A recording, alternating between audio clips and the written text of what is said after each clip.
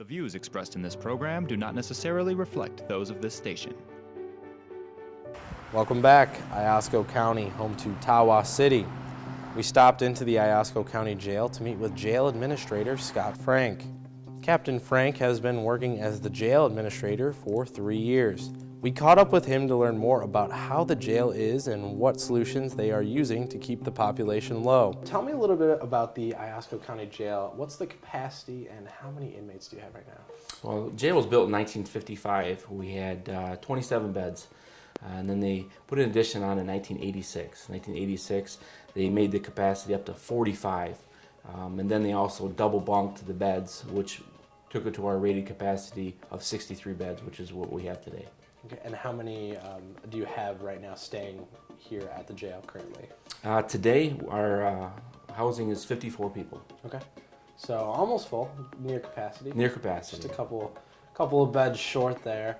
Have you noticed any specific trends over the past couple of years that maybe you've seen an increase in folks coming here and staying at the jail, or a decrease, or has it been pretty steady since you've been here? We've seen a decrease in the last couple years, partially due to the 2 new judges brought on a couple different programs, our drug court program and also our alternative sentencing like tether program. Mm-hmm. And you've been working with home confinements as well. That's one of the ways that you're able to bring some additional revenue into the system. Talk about your experiences with home confinement and some of the systems that you've been using. Nothing but positive experiences from home confinement. They brought us the Tether program. It's basically our program. We control it.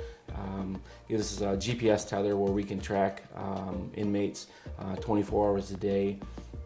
Will also give us an alcohol tether where if a judge orders that the subject can't be drinking, it monitors their skin so they can't have any alcohol in their system. Immediately gives us an update, and home confinement an update if they do that.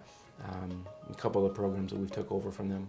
And have you, when you're speaking to certain folks who are using the programs, you know, what has their feedback been? What have they been saying to you or some of your fellow officers? They definitely like it, especially the inmates. I mean, if you give them offer them a tether program where they can out and go out of the jail, not be inside and actually go to work, be with their family while serving their sentence and still being controlled, they love that. So they're able to have more free time, able to, you know, focus on getting back to, you know, maybe they took one misstep or they had one fall out, let's say, right. And they're able to kind of get back on track and find their life, you know, where they need to be. We can still control them a little bit and watch them, but it definitely gives them a lot of freedom. Mm-hmm. And tell me a little bit about, you know, the revenue. You are able to bring in some additional revenue from home confinement. Can you talk to me a little bit about the concrete details of how that money is accumulated and, you know, tell me a little bit more about where it goes and how it's used here. Yep. Revenue is generated for putting on the tethers, administrating and putting them on the inmates. We get a installation fee from that inmate.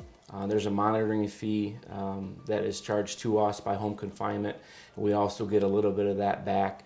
That revenue was put into a line item at the county treasurer's office, and then that money is then used for jail operations or jail functions throughout Iosco County. Confinement obviously has been a success, it seems, here for Iosco County. Can you talk about some of the other solutions that you've been utilizing to continue decreasing the jail population right. here? We have worked with the Tawas Area Chamber of Commerce. We've worked with the Iosco County Animal Shelter in both cities of East Tawas and Tawas City. Inmates released to them as a community service worker. These inmates have worked at numerous local events like Blues on the Bay, antiques and craft shows, Tawas Bay Triathlon. They've also worked side by side with the Department of Public Works. These community service workers then have a chance to earn extra time off their sentence for this extra work they do. And we go back to the judges and the prosecutor and talk to them about how much extra they've done, and then they'll reduce their sentence by a certain amount for much work they've done.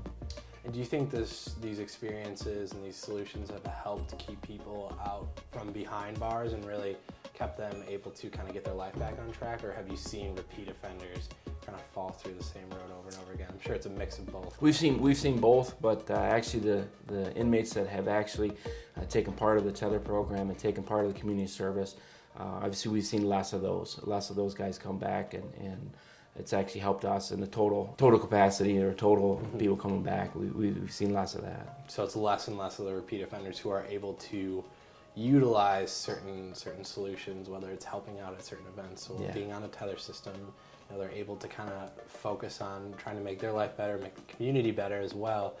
It's pretty impressive to kind of see what you guys have done here. Overall, the jail population is rather large. Obviously, we wouldn't want anyone in jail, but some people need to be in jail. Right. What are some of the most common things that you see people jailed here for? Iosco County, we have a lot of drunk drivers, a lot of domestic violence, retail frauds. Those are probably our top three in the county where people are sitting in. We do have people ranging from people sitting for disorderly people, which is probably the minor offense. We have actually some sitting in here facing life offenses up to murder. So it's definitely a wide range of things, but it seems like retail thefts, you know, disorderly conduct, I guess you could say, as well as, you know, internal affairs between families. Right. Things of that nature are reasons why most of the folks end up here. But overall, it seems, you know, from our conversation, things have really began to ramp up around here. I mean, your population is down. What do you see for the future of Iosco County Jail? Like, what do you see, you know, how many people would your perfect jail, like how many people would you want to have in your perfect jail? Well, I've been in law enforcement for over 20 years, so I know there are some people that definitely need to be in jail. But there's definitely a balance between people who need to be here, and with these alternative programs, giving them opportunity to work their way back into society, back into their family. These definitely programs help us out and help supply that. The last place a person wants to be is behind bars. Thanks for watching Insights into Northeast Michigan. Insights into Northeast Michigan is produced by WBKB News. If you have any comments, suggestions, or topics you would like to see on a future show, please email WBKB News. This has been a production of Thunder Bay Broadcasting Corporation. All rights reserved. The furniture and set design for this episode of Insights is provided by Young Appliance Art Van Furniture on US 23 South, Alpena.